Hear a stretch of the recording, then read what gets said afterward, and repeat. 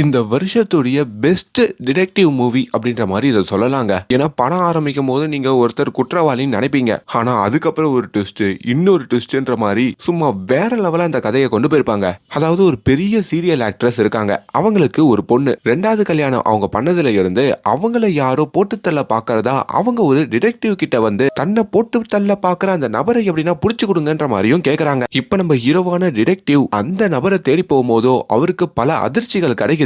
ஒரு கட்டத்திலேயே உங்களோட பொண்ணு மேலேயே அவருக்கு சந்தேகம்லாம் எழுமுதுங்க. அதுக்கப்புறம் அங்க என்னெல்லாம் ஆகுது, காத்திருக்கிற ட்விஸ்டுகள்லாம் என்ன அப்படின்றதுதான் ரொம்ப விறுவிறுப்பா இந்த கதையில சொல்லியிருப்பாங்க.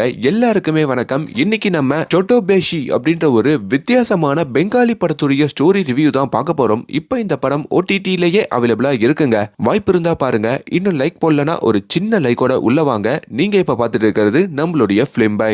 ஆரம்பத்திலேயே கௌதம் அப்படின்ற மாதிரி நம்ம படத்துடைய ஹீரோவை காமிக்கிறாங்க. முன்ன சொன்ன மாதிரி இவர் ஒரு டிடெக்டிவ்ங்க. இப்ப கூட ஒரு காதலன் காதலிய அவரு ஃபாலோ பண்ணிட்டு இருக்கிற மாதிரி காட்டுறாங்க. அப்படி அவங்க ரகசியமா ஏதோ ஒரு ஸ்ட்ரீட்ல போயிட்டு அப்படியே ஜாலியா பேசிட்டு இருக்காங்க போலயே. அதையுமே தூரத்துல இருந்து இவர் வாட்ச் பண்ணிட்டு தன்னுடைய கேமரால வீடியோ எடுக்கலாம் அப்படின்ற மாதிரி அந்த வீடியோ எடுக்க வர அதுக்குள்ள அவருக்கு மொபைல்ல ஒரு கால் வந்துருதுங்க.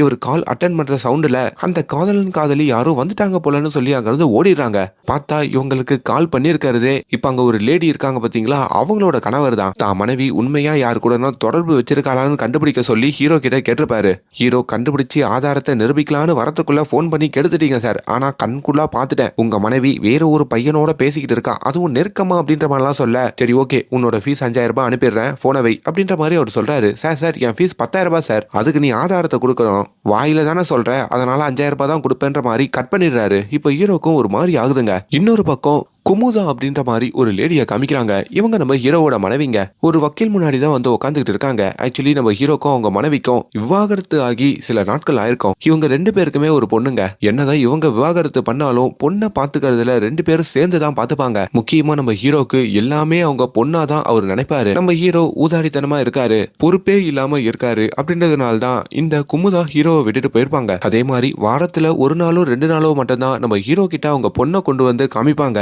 ஒரு 3 நாள் நான் வளர்க்குற, ஒரு 3 நாள் நீ வளர்த்துக்கோ அப்படின்ற மாதிரிலாம் சொன்னாலும் உன்னை நம்பிலாம் விட்டுட்டு போக முடியாது, உங்ககிட்ட என்ன சம்பாத்தியம் இருக்கு, நீ எப்படி நம்ம பொண்ணை பார்த்துப்பேன்ற மாதிரி இப்பயும் பயங்கரமா கத்திட்டு இருக்கிற மாதிரி அங்க காமிக்கிறாங்க. ஆனா அதைய பத்திலாம் நம்ம ஹீரோ கவலைப்படாம தான் பொண்ணு கூட அங்க ஜாலியா விளையாடிக்கிட்டு இருக்க. இப்ப அவங்க மனைவி திரும்பி பார்க்கும் போதோ, பாத்தியா இப்பவே உன் வேலையை காட்ட ஆரம்பிச்சுட்ட, வாமா போலாம் அப்படின்னு சொல்லி அவங்க பொண்ணோட கிளம்புறாங்க. இங்க அந்த பெரிய நடிகை இருக்காங்க பாத்தீங்களா, சீரியல் ஆக்ட்ரஸ், அவங்கள காமிக்க ஒரு 50 வயசு இருக்கவங்க அவங்களுக்கு. அந்த வயசுலயும் அவங்க சௌத்ரி அப்படின்ற மாதிரி ஒரு பெரியவரை திருமணம் பண்ணிருப்பாங்க. அது 2வது திருமணம் தாங்க. கொஞ்ச நாளுக்கு முன்னாடி தான் அந்த 2வது திருமணம் பண்ண கணவரும் தவறி இருப்பாரு. அதுல இருந்துதான் நிறைய அசம்பாவிதங்கள் இவங்களுக்கு நடந்துகிட்டு இருக்கும். இப்போ கூட அந்த சீரியல்ல நடிக்கிறதுக்கு தான் இவங்க கிளம்பிட்டு அப்படியே அவங்க வீட்டுல இருக்கிற அந்த லிப்டுக்கு வராங்க. பார்த்தா லிப்ட் ஒயர் கட் ஆகி அங்க லிப்ட் டொமக்கட்டின்னு கீழே போய் விழுந்துருது. நல்ல வேலை அந்த லிப்ட்ல இவங்க ஏறல. இன்னொரு பக்கம் நம்ம ஹீரோ இருக்காரு பாத்தீங்களா, அவருக்கு ஷோஹினி அப்படின்ற மாதிரி ஒரு லேடி கால் பண்றாங்க. சார் நீங்க தானே அந்த டிடெக்டிவ், உங்ககிட்ட நான் ஒரு முக்கியமான கேஸ் கொடுக்கணும், 2 பேரும் மீட் பண்ணலாமா அப்படின்ற மாதிரி கேட்டுட்டு இப்போ ஒரு காஃபி கடையிலயோ நம்ம ஹீரோ வந்து பாக்குறாங்க. இவங்க தான் நம்ம படத்துடைய ஹீரோயின். ஆக்சுவலி அந்த நடிகை இருக்காங்க பாத்தீங்களா, அவங்களுடைய பொண்ணு. இப்போ அவங்க அம்மா மந்தாகினியான அந்த நடிகையுடைய போட்டோவையும் காமிச்சிட்டு கொஞ்ச நாளாவே எங்க அம்மாவை போட்டு தள்ளத்துக்கு பாக்குறாங்க, எங்க அம்மாவை யாரு இப்படி போட்டு தள்ள ட்ரை பண்றா அப்படின்றத நீங்க தான் இன்வெஸ்டிகேட் பண்ணி சொல்லணும், உங்களோட அட்ரஸை எங்க அம்மா தான் கண்டுபிடிச்சு சொன்னாங்க, சோ இந்த உதவி எங்களுக்கு பண்ண முடியுமான்ற மாதிரி கேக்குறாங்க. எங்க பர்டிகுலரா என்ன வந்து பாக்குறீங்க? இல்ல சார், எங்க அம்மாவுடைய 2வது கணவர் சௌத்ரியும் உங்களோட அப்பாவும் பெஸ்ட் ஃப்ரெண்ட்ஸ் போல, அது மூலமா தான் உங்க கான்டாக்ட் கிடைச்சிருக்கு. சரி நீங்க போலீஸ் கிட்ட போலாமே.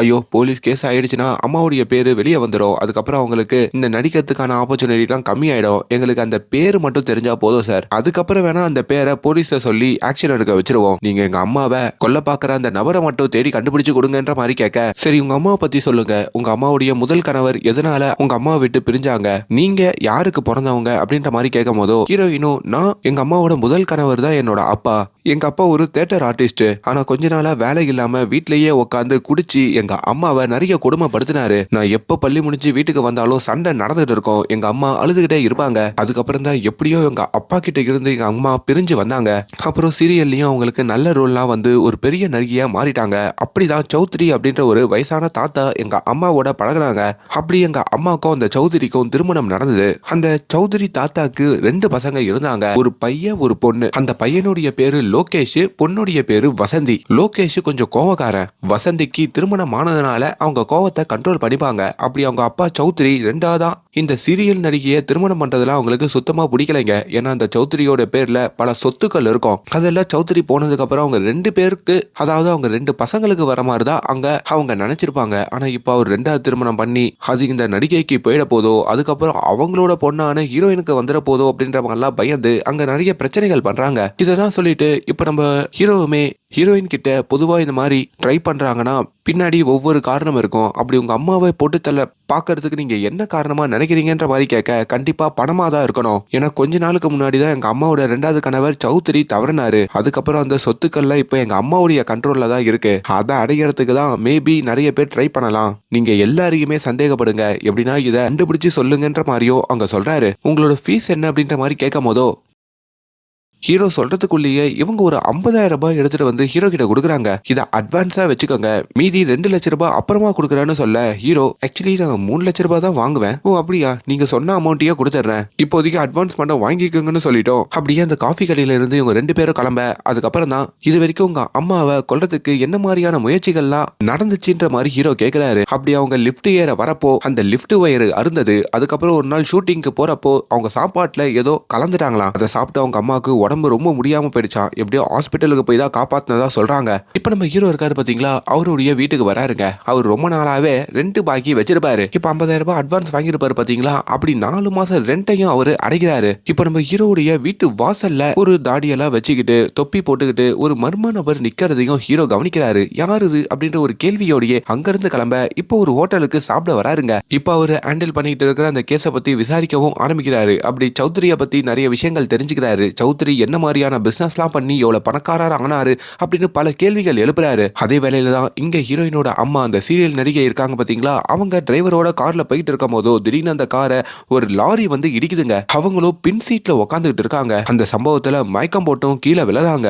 அடுத்த நாள் இந்த தகவல் நம்ம ஹீரோக்கும் தெரிய வர அவர் பயங்கரமா ஷாக் ஆகுறாரு. அத்தாடி, நேத்து தானே இவங்க கண்டுபிடிக்க சொல்லி கேட்டாங்க, அதுக்குள்ள இப்படி ஒரு சம்பவமானு சொல்லி வேக வேகமா மருத்துவமனைக்கு போறாரு. நம்ம ஹீரோயின் அங்க உட்காந்துட்டு இருக்காங்க. அம்மாக்கு ஒன்னும் பயப்படுற அளவுக்குலாம் இல்ல, காப்பாத்தியாச்சு, டிரைவருக்கு தான் அதிகமா அடிபட்டுருச்சு அப்படின்னு அந்த டிரைவரையும் காமிக்க, இப்ப நம்ம ஹீரோ உங்க அம்மாவை பார்க்கலாமான்ற மாதிரி கேட்கிறாரு. இப்ப உள்ள கூட்டிட்டு வந்து அந்த நடிகையையும் நம்ம ஹீரோயின் காட்டுறாங்க. இப்ப அந்த நடிகையும் அப்படியே இழந்து இந்த டிடெக்டிவை பார்க்க, தம்பி நீதானா, எனக்கு என்ன சொல்றதுன்னே தெரியலப்பா, நான் எந்த தப்பும் பண்ணாதவ, ஆனா இந்த டைம்ல கூட என்ன இது மாதிரி பண்றதுக்கு ஒரு கும்பல் சுத்திக்கிட்டு இருக்காங்க, எனக்கு ரொம்ப பயமா இருக்குப்பா, அவங்க பேரு மட்டும் எனக்கு தெரிஞ்சுக்கணும், எப்படின்னா அதை கண்டுபிடிச்சு கொடு அப்படின்னு கேட்கும் போதோ நம்ம ஹீரோக்கு அந்த லோகேஷ் வசந்தி அப்படின்ற மாதிரி அந்த 2 பசங்க இருக்காங்களே, அதான் சௌத்ரியோடைய பசங்க, அவங்களுடைய பேரு அட்ரஸ் நம்பர்லாம் வேணும்ன்ற மாதிரி கேட்கிறாரு. மேபி அவங்க கூட சொத்துக்காக இது மாதிரி பண்ண பார்க்கல அப்படின்ற ஒரு டவுட் தாங்க. அப்படி அவங்களோட அட்ரஸ் நம்பர் எல்லாத்தையுமே நம்ம ஹீரோயின் கொடுக்குறாங்க.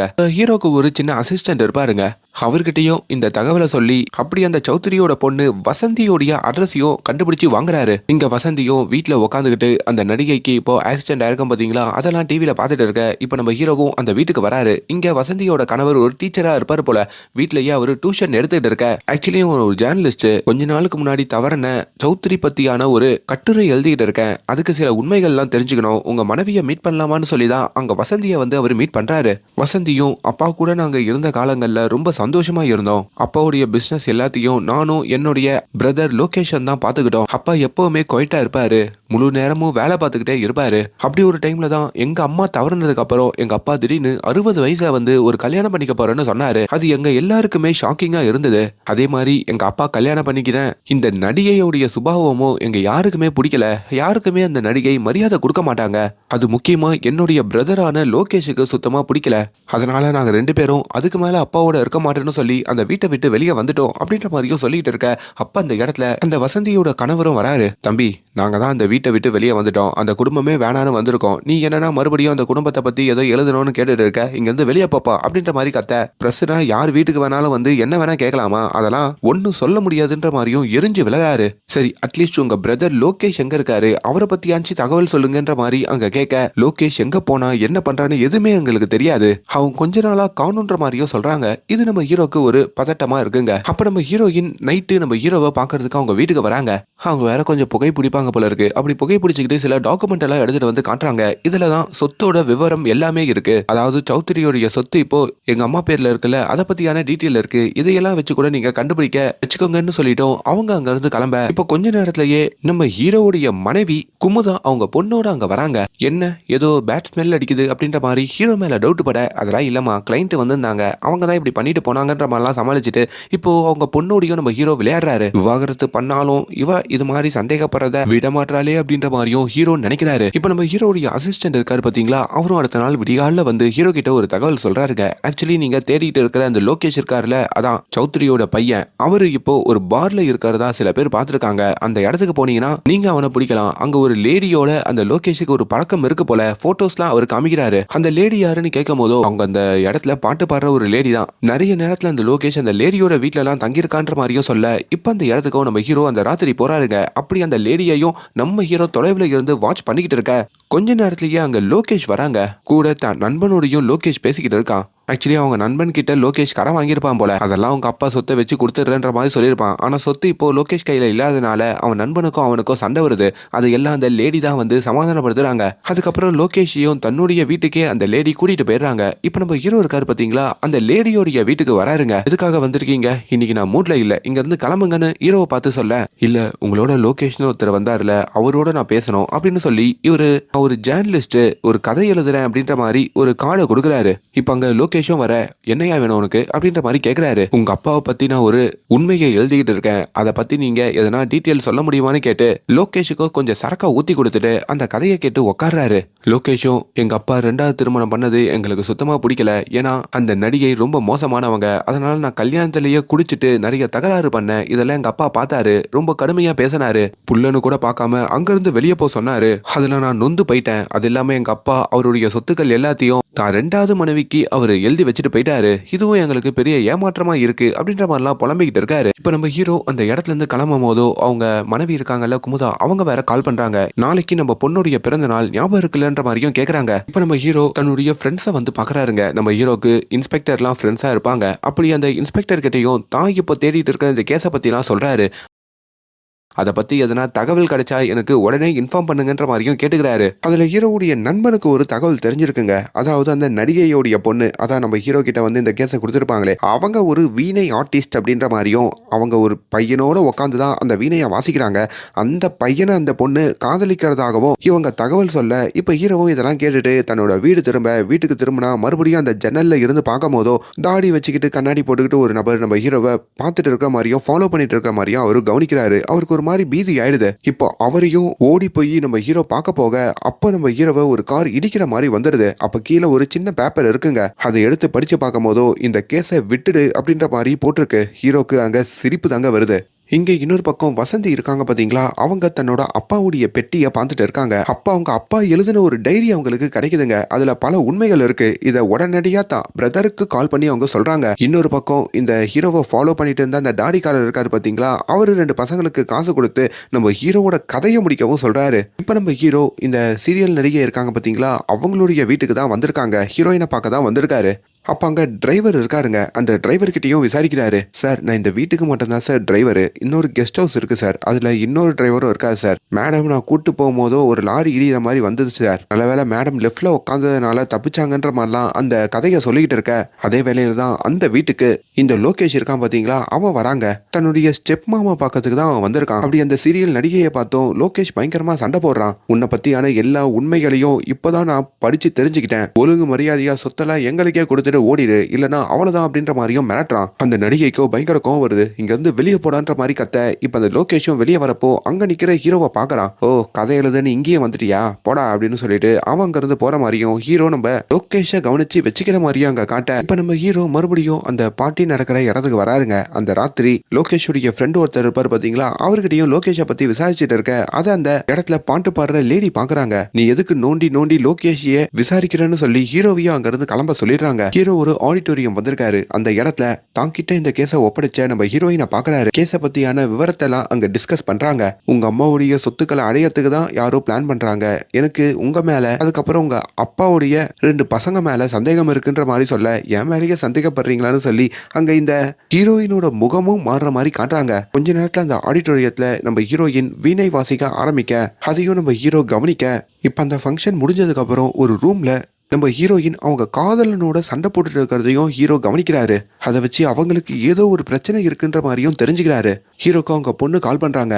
என் பர்த்டேக்கு நீங்க என்ன கிஃப்ட் வாங்கி வச்சிருக்கீங்கன்ற மாதிரிலாம் கேட்க, ஐயோ பொண்ணுக்கு வேற கிஃப்ட் வாங்கணுமேனு சொல்லி ஹீரோக்கு ஒரு பிரஷர். அடுத்த நாள் காலையில நம்ம ஹீரோவுடைய பொண்ணுடைய பிறந்த நாளுங்க. அதே நேரத்துல நம்ம ஹீரோ இந்த கேஸை பத்தி ஒரு முக்கியமான விஷயத்த கண்டுபிடிக்கிறதுக்காக அந்த நடிகையுடைய வீட்டுக்கு வந்து அந்த நடிகை கிட்டையும் பேசுறாரு. இந்த சொத்தை பத்தியான முழு விவரத்தை சொல்லுங்கன்ற மாதிரி கேட்க, ஆக்சுவலி அந்த சௌத்ரி எப்படி உயில் எழுதியிருப்பாருன்னா, அவர்கிட்ட இருக்கிற கோடிக்கணக்கான சொத்துக்கள் எல்லாமே அவர் போனதுக்கு அப்புறம் தன்னோட 2வது மனைவியான இந்த நடிகைக்கு வந்துரும்ன்ற மாதிரி எழுதியிருப்பாரு. இந்த நடிகைக்கு எதனா ஒண்ணு ஆகி அவங்க போயிட்டாங்கன்னா அவங்களுக்கு அப்புறம் அவங்க 3 பசங்களுக்கு பிரிச்சு கொடுக்கப்படும் அப்படின்ற மாதிரி போட்டிருக்கோம். சோ இதையெல்லாம் வச்சு அந்த நடிகை கிட்டேயே நேரடியா வந்து இந்த சொத்துக்களை இப்போ அடையத்துக்கு காத்துட்டு இருக்கிறது உங்க 3 பசங்க தான். மேபி அவங்க மூலியமா கூட உங்களுக்கு இந்த மாதிரி மிரட்டல்கள் நடக்கலாம். கொஞ்ச நாளுக்கு நீங்க ஜாக்கிரதையா இருக்கிறது நல்லதுன்ற மாதிரியோ சொல்லிட்டு போறாரு. இப்ப நம்ம ஹீரோ அவருடைய வீட்டுக்கு அப்படியே கிளம்ப தான் பொண்ணுக்கு ஒரு கிஃப்ட் வாங்குறாரு. வாங்கிட்டு நேரா ஒரு வக்கீல வந்து பாக்குறாரு. ஆக்சுவலி நம்ம ஹீரோ கிட்ட ஹீரோயின் ஒரு டாக்குமெண்ட் கொடுத்திருப்பாங்கல்ல, அதை அந்த வக்கீல் ஆராய்ந்து பார்க்கும் போதோ அந்த உயில்ல சில முக்கிய குறிப்புகளும் இருந்திருக்கு. அதாவது சௌத்ரி அவங்க மனைவி மந்தாகினியான இந்த நடிகைக்கு மொத்த சொத்தையும் எழுதி வச்சிருப்பாருன்னு சொன்னல, அதுல சில கண்டிஷன்ஸ் இருக்கான். சௌத்ரி போனதுக்கு அப்புறம் இந்த மந்தாகினி மறுபடியும் வேற யாருன்னா கல்யாணம் பண்ணிக்கிட்டாங்கன்னா அது செல்லாதான். அப்ப அந்த சொத்து அவரோட 2 பசங்களுக்கு மட்டும்தான் போகுமா. அவங்க கல்யாணமே பண்ணிக்காம இருந்தா மட்டும்தான் இந்த சொத்துக்கள் எல்லாம் அனுபவிக்க முடியும்ன்ற மாதிரியும், அதுக்கப்புறம் அவங்க நேச்சுரலா இறந்துட்டாங்கன்னா மந்தாகினியோட பொண்ணுக்கும் அதுக்கப்புறம் சௌத்ரியோடைய 2 பசங்களுக்கும் போகுன்ற மாதிரியும் அதில் குறிப்பு இருக்கு. இதையும் கேட்டுட்டு நம்ம ஹீரோ அப்படியே அந்த ராத்திரி கிஃப்டோட தான் வீட்டுக்கு நடந்து வந்துகிட்டு இருக்க தான் பொண்ணோடையும் பேசிட்டு வராரு. அப்ப திடீர்னு ஒரு 2 பேர் வந்து ஹீரோவை பாக்குறாங்க. இவங்க யாரு தெரியுதா, முன்னாடி ஒரு தாடிக்காரர் கூட காசு கொடுத்துருப்பாரு. அப்படி அந்த 2 பேரு நம்ம ஹீரோவை போட்டு பொலன்னு பொழக்கிறாங்க. இன்னொரு பக்கம் வசந்தி இருக்காங்க பாத்தீங்களா, அவங்க தான் தம்பி லோகேஷோட நேர்ல பேசிட்டு இருக்காங்க. ஏண்டா இப்படி மாறிட்ட, எனக்கும் புரியுது நம்ம சொத்துக்கள்லாம் நம்மளுக்கு கிடைக்காம நம்ம கஷ்டத்துல இருக்கோன்ட்டு, அதுக்குன்னு நீ இப்படி கெட்ட பழக்கம்லாம் வச்சிருந்தனா என்ன ஆகுறது ஹெல்த் அப்படின்னு சொல்லி ஒரு டைரியா காமிக்கிறாங்க. இந்த டைரியை பாரு, இதை நான் படிக்கும் போது ரொம்ப ஷாக் ஆயிட்டேன் அப்படின்னு சொல்ல, அப்பதான் அந்த நடிகையுடைய இன்னொரு முகம் இவங்க 2 பேருக்கும் தெரிய வருது. இதனால்தான் நம்ம லோகேஷ் அந்த நடிகை மேல பயங்கர கோபத்தோட இருப்பாங்க. அதெல்லாம் என்னன்றத கொஞ்சம் பொறுமையாவே சொல்றேன். இங்க ஹீரோ அடிச்சு போட்டதுக்கு அப்புறம் எப்படியோ டாக்டர்லாம் வந்து அவரை இப்போ வீட்டுக்கு கொண்டு வராங்க. அவருக்கு சில ஊசிகள் எல்லாம் போட்டும் தூங்க வைக்கிறாங்க. ஹீரோ எழுந்து பார்த்தா அங்க அவங்க மனைவி, அவங்க நண்பர்கள், அவர் பொண்ணெல்லாம் உட்காந்துக்கிட்டு இருக்க. இப்ப அவங்க பொண்ணுக்கு வாங்கிட்டு வந்த கிஃப்டையும் அவங்க பொண்ணுக்கு ஹீரோ பாசமா கொடுக்குறாரு. தான் மனைவி கிட்டையும் தனியா பேசுறாரு. அப்பதான் இப்படி ஒரு வேலையை நீங்க பாக்கணுமா, இப்படி ஒரு ஆபத்து உங்களுக்கு இருக்கிறதுனால தான் நான் உங்களை விட்டு பிரிஞ்சு போனேன்ற மாதிரிலாம் அங்க சொல்லிக்கிட்டு இருக்க. ஹீரோ மறுபடியும் சோர்ந்து போய் தூங்கிட்டு இருக்கும் போதோ அவர் கனவுல தன்னை ஃபாலோ பண்ணிட்டு இருந்த அந்த தொப்பி போட்ட ஒரு தாடிக்காரன் தாங்க வந்துகிட்டு இருக்கான். இப்ப ஹீரோவை பாக்குறதுக்கு நம்ம ஹீரோயின் இருக்காங்க பாத்தீங்களா, அது அந்த நடிகையோட பொண்ணு, அவங்க வராங்க. என்ன சார் உங்களுக்கு இப்படி பண்ணிட்டாங்க, அவங்க ரொம்ப டேஞ்சர் போலையே சார். அப்போ இதுக்கு மேலே இந்த கேஸை எடுக்க வேணாம் சார், நாங்கள் போலீஸுக்கிட்டேயே ஒப்படைச்சிடுறோம், அவங்களே இதுக்கப்புறம் பார்த்துக்கிட்டோம் சார் அப்படின்ற மாதிரி அவங்க சொல்ல, என்ன மேடம் சொல்கிறீங்க, எவ்வளோ தளவு இந்த கேஸை பற்றி விசாரிக்க ஆரம்பிச்சதுக்கப்புறம் இப்போ வந்து விட்டுருன்னு சொல்கிறீங்க. ஐயோ சார் நான் சொல்லலை, எங்கள் அம்மாவே சொல்லிட்டாங்க, நீங்கள் தேவையில்லாமல் போயிட்டு ரிஸ்க்லாம் ஒன்றும் மாட்ட வேண்டாம். ஐயோ ரிஸ்க்கெல்லாம் ஒன்றும் இல்லை மேடம், எல்லாம் நான் பார்த்துக்கிறேன்னு சொல்லிட்டோம். நம்ம ஹீரோயினை அனுப்பிட்டு மறுபடியும் இந்த கேஸுக்குள்ளே நுழையிறாங்க. அதே வேலையில தான் ஹீரோவுடைய நண்பன் இன்ஸ்பெக்டர் தானே, அவர்கிட்ட சொல்லி நம்ம ஹீரோவை அடிச்சு போட்டு போன அந்த 2 பசங்களையும் எப்படியோ கண்டுபிடிக்கிறாங்க. அவங்களையும் தூக்கி ஸ்டேஷனில் போட்டு பொழக்க, இப்போ அவங்களும் சார் என்கிட்ட ஒரு நபர் வந்து கொஞ்சம் காசு கொடுத்தான் சார், அவன் தாடிலாம் வச்சுட்டு இருந்தான், மூஞ்ச கொஞ்சம் மறைச்சிட்டான், அதனால யாருன்னு எங்களுக்கு தெரியல, ரோட்ல அன்னைக்கு நடந்து வந்துட்டு இருந்த இந்த ஹீரோவை மிரட்ட சொன்னாங்க சார், நாங்க போட்டு தள்ளலாம் வரல சார், மிரட்டிட்டாங்கிறது ஓடிட்டோம் சார், இதான் சார் எங்களுக்கு தெரியுன்ற மாதிரியும் அழுக. இப்போ ஹீரோக்கு அந்த நடிகை கிட்ட இருந்தே ஃபோன் கால் வருதுங்க. இப்போ அவரு அந்த நடிகையுடைய வீட்டுக்கு போறாரு. வீட்டுக்கு போனா அந்த நடிகை 2 லட்சம் ரூபாய் செக் போட்டு கொடுக்குறாங்க. மேற்கொண்டு கூட பணம் கேளுங்க கொடுக்குறேன், ஆனா இதுக்கு மேல இந்த கேஸை எடுக்காதீங்க அப்படின்னு சொல்ல, மேடம் என்ன பேசிட்டு இருக்கீங்க, இல்ல நான் இந்த கேஸை போலீஸ் கிட்ட அணுக போறேன், என்னால நீங்க காயப்படுறது எனக்கு பிடிக்கல, சோ வேணான்னு சொல்லிட்டு அவங்களும் அங்க இருந்து எழுந்து கேஷுவலா போயிடுறாங்க. ஹீரோக்கு அங்க ஒரு மாதிரி ஆகுதுங்க. ஆனா நம்ம ஹீரோயின் கிட்ட நம்ம ஹீரோ வந்து உங்க அம்மா வேணா என்ன இந்த கேஸை எடுக்க வேணான்னு சொல்லலாம், ஆனா நான் இந்த கேஸை விசாரிக்கிறத விட மாட்டேன். நான் ஆல்மோஸ்ட் பாதி விஷயங்களை கடந்து வந்துட்டேன். இன்னும் பாதியை கடந்தா யாரு குற்றவாளின்னு கண்டுபிடிச்சிருவேன். நானே அதை கண்டுபிடிச்சு உங்களுக்கு ரிப்போர்ட்டா கொடுக்குறேன்னு சொல்லிட்டு அவர் அங்க இருந்து கிளம்ப. அப்ப இந்த ராத்திரி ஒரு பயங்கரமான சம்பவம் நடக்குதுங்க. இந்த நடிகை அவங்களோட கார்ல போயிட்டு இருக்கும் போதோ திடீர்னு அவங்க காரு ஒரு பெரிய விபத்துல சந்திக்குது. அப்ப அந்த கார் அப்படியே தீப்பத்தி எரிய, அது உள்ள இருக்கிற அந்த நடிகையோட உடலும் எரிய ஆரம்பிக்குது. இப்ப நம்ம ஹீரோக்கு அந்த வசந்தி இருக்காங்கல்ல, அதான் அந்த சௌத்ரியோட பொண்ணு, அவங்க கணவர் அந்த டீச்சர் மேல ஒரு சின்ன சந்தேகம் வருதுங்க. அவரை விசாரிக்க வரும்போதோ அவருக்கு ஒரு அதிர்ச்சியான போன் கால். அதான் இப்ப இந்த நடிகையோட கார் ஆக்சிடென்ட் சந்திச்சு அவங்க போயிட்டாங்க அப்படின்ற ஒரு தகவல் போலீஸ்காரங்க சொல்றாங்க. ஹீரோ ஷாக் ஆகுறாரு. வேகமாவே போலீஸ் ஸ்டேஷன் ஓடுறாரு. அவன் ஃப்ரெண்ட் அந்த இன்ஸ்பெக்டர் தான் அந்த கேஸை விசாரிச்சிருக்காங்க போல. இப்ப அந்த இன்ஸ்பெக்டரும் அந்த இடத்துல அவங்க பொண்ணான ஹீரோயினை கூப்பிட, ஹீரோயினுக்கும் தான் அம்மாவுக்கு இப்படி நடந்ததை பார்த்து ரொம்ப கண்கலங்கி ஒரு மாதிரி எமோஷனல் ஆகுறாங்க. இப்ப அந்த இடத்துல எரிஞ்சு போன நிலையில இருக்கிற அந்த நடிகையோடைய பாடியையும் அவங்க காமிக்க 90% நம்மளால அடையாளமே காண முடியாத அளவுக்கு இந்த பாடி இருக்கு. ஆனா பக்கத்துல இருக்கிற அவங்க பிலாங்கிங்ஸ், அவங்க மோதிரம், செயின் எல்லாம் வச்சுதான் இது உங்க அம்மான்னு நாங்க கண்டுபிடிச்சோன்ற மாதிரி அதையும் நம்ம ஹீரோயின் கிட்ட காட்ட, ஹீரோயினும் அதை பார்த்து கதறி அழுகுறாங்க. இன்னொரு பக்கம் இந்த பார்ட்டிக்கு வந்திருக்கிற இந்த லோகேஷ் இருக்கான் பாத்தீங்களா, அவன் இந்த நடிகை போய் சேர்ந்த விஷயத்தை கேள்விப்பட்டு ரொம்ப சந்தோஷத்துல இருக்காங்க. ஏன்னா சொத்துக்கள்லாம் இப்போ அவன் பேர்ல வரப்போகுதுல, அதனால நிறைய டிப்ஸ் எல்லாம் வச்சுட்டு அங்க இருந்து கிளம்புறான். இப்போ இந்த சௌத்ரியோட பசங்க, நம்ம ஹீரோயினோட பொண்ணு, இவங்க எல்லாரும் ஒன்னா உட்காந்து ஒரு மீட்டிங் மாதிரி போடுறாங்க. அவங்க அம்மா தான் இப்போ தவறிட்டாங்கல்ல, இப்போ தவறினதுக்கு அப்புறம் இந்த சொத்து யார் யாருக்கு எப்படி எல்லாம் ஷேர் வரப்போகுது அப்படின்ற மாதிரி ஒரு வக்கீல் தான், அவர் குடும்ப வக்கீலுங்க, அவர் வந்து அங்க எக்ஸ்பிளைன் பண்ணிட்டு இருக்க. அவரோ அங்க இருக்கிற எல்லாருக்குமே ஒரு பெரிய ஷாக்கா கொடுக்குறாரு. ஆக்சுவலி உங்க அப்பாவோட உயிரின் படி உங்க அம்மாவோடைய இறப்பு நேச்சுரலா இருந்திருக்கணும், ஆனா அது ஏதோ ஒரு விபத்துனால நடந்ததுனால உயிர் இப்போ மாறி இருக்கு. அந்த நடிகையான இந்த மந்தாகினி அவங்க உசுரோட இருந்த டைம்ல தனக்கு ஒரு வேளை இது மாதிரி எதனா நடந்ததுன்னா மால்தீவ்ஸ்ல இருக்கிற ஏழை மாணவர்கள் படிக்கிறதுக்காக ஒரு என்ஜிஓ இருக்கு போல, அந்த என்ஜிஓக்கு இந்த சொத்துக்கள் எல்லாம் கொடுத்துருங்கன்ற மாதிரி அவங்க எழுதி வச்சுட்டு போயிருக்காங்களாம். அதனால அந்த என்ஜிஓக்கு தான் இந்த சொத்துக்கள் எல்லாம் போக போறதா அங்க ஒரு குண்டை தூக்கி போடுறாரு. இது அங்க எல்லாருக்குமே ஒரு அதிர்ச்சியா இருக்குங்க. எல்லாரும் பெரிய கோபத்தோட அங்க விவாதிக்க ஆரம்பிக்கிறாங்க. தனக்கு தான் அந்த சொத்து வரணும், தனக்கு தான் அந்த சொத்து வரணும்ன்ற மாதிரி அந்த பசங்க எல்லாம் மாறி மாறி அடிச்சுக்கிறாங்க. இப்ப அந்த லோகேஷ் வேற நம்ம ஹீரோயின் கிட்ட வந்து, நீயும் உங்க அம்மாவும் பிளான் பண்ணி தான் இதெல்லாம் பண்றீங்கன்னு தெரியும், உங்க அம்மாவோட பாடியை கூட நீங்க வீட்டுக்கு கொண்டு வரல, அப்படியே அடக்கம் பண்ணி கரைச்சிட்டீங்க, எனக்கு உங்க அம்மா உண்மையாலேயே போய் சேர்ந்தாலான்னு கூட தெரியல, சொல்லு என்ன பிளான் பண்ணிருக்கீங்கன்ற மாதிரிலாம் கேட்க, இதெல்லாம் கேட்க கேட்க ஹீரோயினுக்கு எமோஷனல் ஆகுது. அவங்க ஒரு மாதிரி அழுகுறாங்க. உங்க சொத்து கூட எங்களுக்கு வேணாம், ஆனா இது மாதிரி பேச மட்டும் செய்யாதீங்க, அம்மா அங்க போனதை கண்கூடா பார்த்துட்டு கூட நீங்க இப்படி பேசுறீங்களேன்ற மாதிரி கேட்க, இப்போ அந்த ஹீரோயினைய சமாதானப்படுத்தி ஹீரோ வெளியே கூட்டிட்டு வராரு. அப்பதான் ஹீரோக்கு ஒரு சந்தேகம் வருதுங்க. ஆக்சுவலி உங்க அம்மா கார்ல தானே போனாங்க,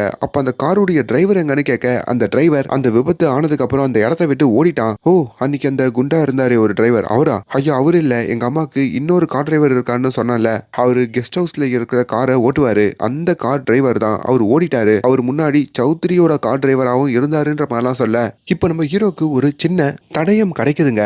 ஒரு நாட்டு மருத்துவரையும் வந்து ஹீரோ பாக்குறாரு.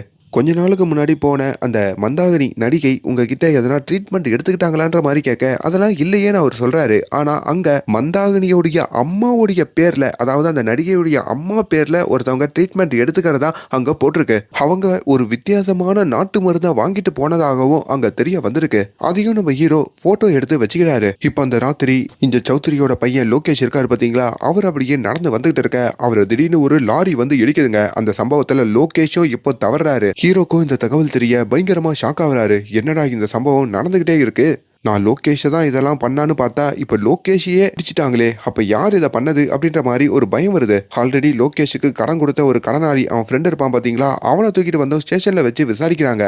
அப்ப அவன் அப்பாவின்னு தெரியுது. அப்பதான் அவன் ஒரு டைரி பத்தியான விஷயத்த ஹீரோ கிட்ட சொல்றாங்க. ஆக்சுவலி அந்த டைரி படிச்சதுல இருந்துதான் லோகேஷ் ரொம்ப பதட்டமாவே இருந்தான்ற மாதிரி சொல்ல, இப்ப இந்த லோகேஷ் எப்பவுமே ஒரு லேடியோடைய வீட்டுல போய் இருப்பாரு பாத்தீங்களா, அந்த லேடியோடைய வீட்டை வந்து நம்ம ஹீரோ அப்படியே ஆய்வு பண்றாரு. அப்ப அந்த இடத்துல அந்த டைரி இருக்குங்க. அந்த டைரியையும் ஹீரோ மீட் எடுக்கிறாரு. இந்த டைரியை படிக்க படிக்க தான் நம்ம ஹீரோக்கு பல உண்மைகள் தெரிய வருது. ஆக்சுவலி இந்த மந்தாகினியான நடிகைய அந்த 60 வயசுல இருக்கிற சௌத்ரி திருமணம் பண்ணிக்கிட்டார்ல, அதுக்கப்புறம் அந்த நடிகை மூலியமா ஒரு குழந்தை பெத்துக்கணும்னு நினைச்சிருக்காரு போல. நடிகையும் அவரோட சந்தோஷமா இருக்கிறதுக்கெல்லாம் முடிவு பண்ணிருக்காங்க. ஆனா அவரு எப்பவுமே ரொம்ப டயர்டா இருந்திருக்காரு. வயசானதுனால அவரால் இல்லற வாழ்க்கையில சந்தோஷமா இருக்க முடியல. முடியல போல. அதெல்லாம் வச்சு அந்த நடிகை அந்த சௌத்ரிய ரொம்ப அசிங்கப்படுத்தி திட்டிருக்காங்க. அது மட்டும் இல்லாம அவருக்கு அந்த விஷயத்துல கொஞ்சம் பவர் வரத்துக்காக சில நாட்டு மருந்தெல்லாம் வாங்கிட்டு வந்தும் அவரை சாப்பிட வச்சிருக்காங்க. அதெல்லாம் அந்த சௌத்ரி ரெகுலரா எடுத்துக்கிறதாகவும் இதை எல்லாத்தையுமே அந்த டைரியில குறிப்பிட்டு எழுதியிருக்காரு. முக்கியமா அந்த நாட்டு மருந்துடைய பேரையும் அவர் எழுதியிருக்க. அப்பதான் ஹீரோக்கு ஒரு லிங்க் வருதுங்க. ஆக்சுவலி கொஞ்ச நேரத்துக்கு முன்னாடி ஒரு நாட்டு மருத்துவரை பார்க்கும் போதோ இந்த நடிகையுடைய அம்மா பேர்ல ஒரு மருந்து வாங்கியிருப்பாங்கல்ல, அந்த மருந்து உண்மையாலேயே அந்த நடிகை தான் வாங்கியிருக்காங்க போல. அது தான் 2வது கணவருக்கு கொடுத்திருக்காங்க போல. இதை அங்க லிங்க் பண்ணி பாக்குறாங்க. இந்த மருந்துல ஒரு பெரிய ட்விஸ்ட் இருக்கு, பொறுமையா இருங்க, என்னன்றத சொல்றேன். இப்போ ஹீரோயின் இருக்காங்கல்ல, அவங்க நம்ம ஹீரோவை பார்க்க வர அப்பதான் தான் காதலிச்சிட்டு இருந்த அந்த காதலன் தன்னை விட்டுட்டு போனதாகவும், நானுமே இதுக்கு மேல இந்த ஊர்ல இருக்க போறதில்ல, எனக்கு ஒரு ஸ்காலர்ஷிப் கிடைச்சிருக்கு, மால்தீவ்ஸ்ல இருக்கிற ஒரு என்ஜிஓ மூலியமா தான் எனக்கு அங்க ஒரு காலேஜ்ல ஸ்காலர்ஷிப் கிடைச்சி அங்க போய் செட்டில் ஆக போறேன் அப்படின்னு சொல்லிக்கிட்டு இருக்க ஹீரோக்கு இதுலயும் ஒரு லிங்க் ஏற்படுது. இந்த சொத்துக்கள்லாம் அந்த நடிகை இப்போ ஒரு என்ஜிஓக்கு போகணும்னு சொல்லியிருக்காங்க. இப்போ அதே என்ஜிஓ மூலயமா அவங்க பொண்ணான இந்த ஹீரோயினுக்கு நல்லது நடக்குதுன்னா ஏதோ இடிக்குதுன்ற மாதிரி யோசிக்கிறாரு. இப்போ அதே ராத்திரி காமிக்கிறாங்க, ஒரு கெஸ்ட் ஹவுஸை காமிக்கிறாங்க. அந்த கெஸ்ட் ஹவுஸுக்கு முக்காடெல்லாம் போட்டுக்கிட்டு ஒரு லேடி நடந்து வர மாதிரியும், அப்ப அந்த லேடியை அங்க ஒரு தாடிக்காரர் வந்து கூப்பிட்டுக்கிற மாதிரியும், அப்படி அந்த தாடிக்காரரு அந்த லேடி 2 பேருமே அவங்க வீட்டுல இருக்கும் போதோ திடீர்னு ஒரு மர்ம நபர் துப்பாக்கியோட வந்து அவங்க 2 பேரையுமே சுட்டு தள்ளுற மாதிரியும் அங்க காமிக்க. அடுத்த நாள் போலீஸும் அந்த கெஸ்ட் ஹவுஸுக்கு போறாங்க. அப்படி அந்த மர்ம நபர் சுட்டு தள்ளின அந்த 2 பேர் யாருன்னு முகத்தை பார்க்கும் போது தான் தெரியுது. அதுல ஒருத்தவங்க இந்த நடிகை அப்படின்ற மாதிரி. என்னையா சொல்றேன்னு கேக்குறீங்களா? ஆமாங்க, முன்னாடி அந்த நடிகைக்கு ஒன்னா இருக்காது, இப்பதான் அந்த நடிகையவே போட்டு தள்ளியிருப்பாங்க. அப்புறம் அந்த நடிகை கூடயே ஒரு தாடிக்காரரையும் போட்டிருப்பாங்கல்ல, அவரு ஆக்சுவலி தாடிக்காரரே இல்லைங்க, வேஷம் போட்டுக்கிட்டு தான் இருப்பாரு போல. அவரை பத்தியான டீட்டெயிலையும் நம்ம ஹீரோ தேடுறாரு. கொஞ்ச நேரத்துல ஹீரோயின் அந்த இடத்துக்கு வர தான் அம்மா இன்னொரு முறை அங்க இறந்ததை பார்த்து அவங்க ஷாக்கா வராங்க.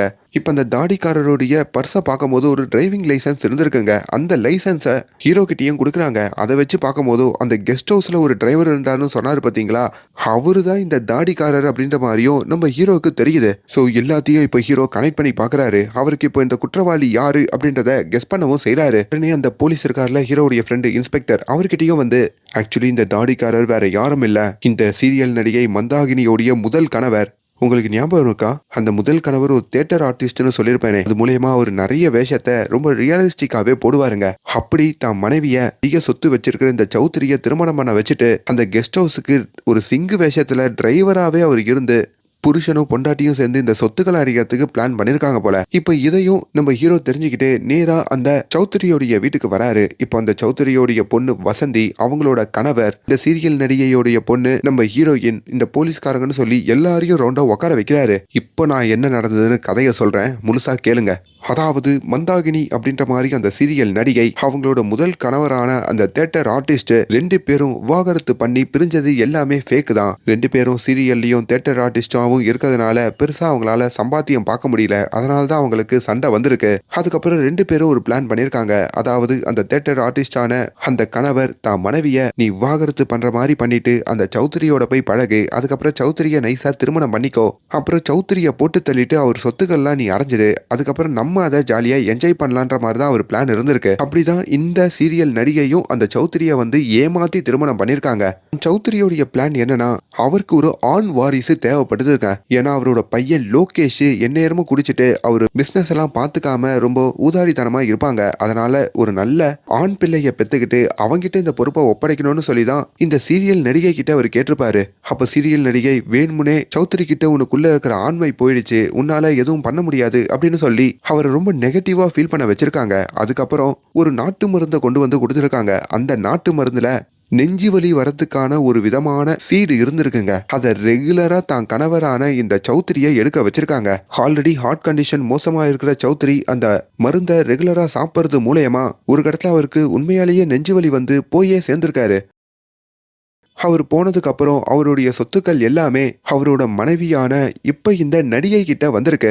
ஆனா சௌத்ரி பண்ண சம்பவம் என்னன்னா, அவருக்கு தான் மனைவியால என்ன நடந்தது அப்படின்ற எல்லாத்தையும் அந்த டைரியில எழுதி வச்சுட்டு போயிருக்காரு. அந்த டைரிய படிச்சு பார்த்த இந்த வசந்தி, அதுக்கப்புறம் அவங்க பிரதர் லோகேஷ் 2 பேருமே வந்து இந்த நடிகையை அதை சொல்லி மிரட்டியிருக்காங்க. நடிகைக்கும் அதுக்கப்புறம் பயங்கர பிரஷரு. தான் கணவரை போட்ட பேட்டர்ன்லயே அவங்க பசங்களையும் போட்டுட்டா நம்ம மாட்டிப்போன்னு சொல்லி அவங்களே போய் சேர்ந்த மாதிரி ஒரு டிராமா பண்ணிருக்காங்க. ஆல்ரெடி டிரைவரா இருக்கிற தான் கணவர்கிட்ட சொல்லி அங்க ஃபேக்கா ஒரு பாடியை கொண்டு வந்து வச்சுட்டு அதை எரிச்சிட்டு இவங்க 2 பேருமே அங்க இருந்து தப்பிச்சு போயிருக்காங்க. அதுக்கப்புறம் கொஞ்ச நாள் பிளான் பண்ணி அந்த டைரியை முழுசா வச்சு நம்மள மிரட்டிட்டு இருந்த லோகேஷை இவங்க லாரியை இடிச்சு போட்டு தள்ளியிருக்காங்க. அதே மாதிரி ஒரு என்ஜிஓ அந்த சொத்துக்கள்லாம் என்ஜிஓக்கு போகணும்னு சொல்லியிருப்பாங்கல்ல, அந்த என்ஜிஓடைய ஓனரே இவங்க தாங்க. அந்த சௌத்ரி போனதுக்கு அப்புறமே இந்த சௌத்ரியோட சொத்துக்கள்லாம் வச்சு அவங்க மால்தீவ்ஸ்ல ஒரு என்ஜிஓவை ஸ்டார்ட் பண்ணிருப்பாங்க. அது மூலமா தான் அவங்க பொண்ணான ஹீரோயினுக்கும் அதுல படிக்கிறதுக்கு சீட்டு கொடுத்திருப்பாங்க. சோ இது எல்லாமே நம்ம ஹீரோ சொல்றாரு. சரி ஓகேப்பா. அதே மாதிரி நம்ம ஹீரோவை இவங்க எதுக்கு வந்து அணுகியிருக்காங்கன்னா கணக்கு காமிக்கிறதுக்கு தாங்க. போலீஸ் கிட்ட போனா மாட்டிப்போன்னு தெரியும், இந்த பிளான் எல்லாம் பண்ண முடியாது, அதனால ஒரு டுபாக்கூர் டிடெக்டிவ் கிட்ட போகணும்னு சொல்லி ஆல்ரெடி பல கேஸுகள்ல தோத்த ஹீரோ கிட்ட வந்திருக்காங்க. ஒரு டைம்ல ஹீரோவே நிறைய விஷயங்களை கண்டுபிடிக்கிறத பார்த்துதான் இவங்க தான் அந்த 2 பேரை செட் பண்ணி ஹீரோவை அடிக்க வச்சுட்டு ஹீரோ கிட்ட இருந்து அந்த கேஸை வேணான்னு சொல்லி வாங்கியிருக்காங்க. நம்ம ஹீரோவை ஒரு தாடிக்காரர் ஃபாலோ பண்ணாரு பாத்தீங்களா, அவரு வேற யாரும் இல்ல, இந்த நடிகையுடைய முதல் கணவரான அந்த தியேட்டர் ஆர்டிஸ்ட் தான். இது எல்லாம் அங்க சொல்லிட்டு சரி ஓகே எவ்வளவு பிளான் பண்ண அவங்க 2 பேரையும் யாரு போட்டு தள்ளனா அப்படின்ற மாதிரி கேட்கும் போதோ அதுக்கு பின்னாடி ஒரு பொண்ணு தான் இருக்கா, அந்த பொண்ணு இப்ப நம்ம கூட தான் உக்காந்துட்டு இருக்கா அப்படின்ற மாதிரி ஹீரோ சொல்றாரு. அந்த டைரிய லோகேஷ் மட்டும் படிக்கல, லோகேஷோட இருந்த அந்த லேடியும் படிச்சிருக்கா. அதாவது அந்த பார்ட்டியில பாட்டு பாடுற லேடி, அவளுக்கு எல்லா உண்மையும் தெரியும். அது தெரிஞ்சது மூலியமா தான் காதலனை போட்ட அவங்க 2 பேரையுமே ரகசியமா போயிட்டு அந்த கெஸ்ட் ஹவுஸ்ல வச்சு அவ தான் போட்டு தள்ளியிருக்கான்ற மாதிரியும் அங்க சொல்ல, இப்ப அந்த லேடியும் எழுது ஆமா லோகேஷ் நான் உசுருக்கு உசுரா காதலிச்சேன், ஆனா அவனுக்கு இப்படி பண்ணுவாங்கன்னு நான் நினைச்சு கூட பார்க்கல, அதனால நான் கண்டுபிடிச்சேன், அதனால தான் அவங்க கதையை தீர்த்து கட்டிட்டேன்ற மாதிரியும் சொல்றாங்க. இப்போ அவங்கள ஒரு போலீஸை வச்சு கைது பண்ணவும் வைக்க கொஞ்ச நேரத்துல மந்தாகினி பொண்ணான நம்ம ஹீரோயின் இருக்காங்க பாத்தீங்களா, அவங்க தான் அம்மா பண்ண தப்பையும் தான் அப்பா பண்ண தப்பையும் நினைச்சு கதறி அழுகுறாங்க. இப்ப இந்த சொத்து எல்லாமே சௌத்ரியோடைய பொண்ணான வசந்தி கிட்ட வருதுங்க. முக்கியமா ஒன்னு சொல்ல மறந்துட்டேன், வசந்தியோட கணவர் இருக்காருல டீச்சர், அவரு கூட இந்த டைரியை பத்தி சில இன்ஃபர்மேஷன் தெரிஞ்சுக்கிட்டு அந்த நடிகையை மிரட்டி இருக்காருங்க. இப்ப அதெல்லாம் வசந்தி நினைச்சு பார்த்துட்டு இந்த சொத்தை நம்ம மட்டுமே அனுபவிச்சா எப்படி, மந்தாகினியான அந்த நடிகை வேணா தப்பானவங்களா இருக்கலாம், ஆனா அவங்க பொண்ணு இந்த ஷோஹினி கொஞ்சம் நல்லவதான், அதனால அவளுக்கும் இந்த சொத்தை கொடுத்துடலாம் அப்படின்னு சொல்லி இப்ப அவங்களையும் வந்து ஒரு பாட்டை நீ எடுத்துக்கோ ஒரு பாட்டை நான் எடுத்துக்கிறேன்னு சொல்லி இப்ப இவங்க 2 பேருமே அந்த சொத்தை அடைய இப்ப நம்ம ஹீரோ இந்த கேஸை சால்வ் பண்ணதுனால நிறைய சம்பளமும் கிடைக்குதுங்க. அது மூலயமா அவருடைய டிடெக்டிவ் கம்பெனியை கொஞ்சம் பெருசா ஆக்குறாரு. அதே மாதிரி நம்ம ஹீரோக்கும் அவங்க மனைவி சில ஐடியாக்கள்லாம் கொடுக்குற மாதிரியும் இப்போ ஹீரோடைய ஒன்று சேர்ற மாதிரியும் இப்போ இவங்க குடும்பத்தோட சந்தோஷமா இருக்கிற மாதிரியும் அடுத்த கேஸை கண்டுபிடிக்க போற மாதிரியும் இந்த கதை முடியுதுங்க. ஒரு வித்தியாசமான சீரீஸ் பார்க்கணும்னு தோணுச்சுன்னா கண்டிப்பா இந்த சீரீஸை ட்ரை பண்ணி பாருங்க. அண்ட் மேலும் இந்த மாதிரியான வீடியோஸை தொடர்ந்து பார்க்கறதுக்கு நம்ம சேனலை சப்ஸ்கிரைப் பண்ணுங்க. Thank you so much.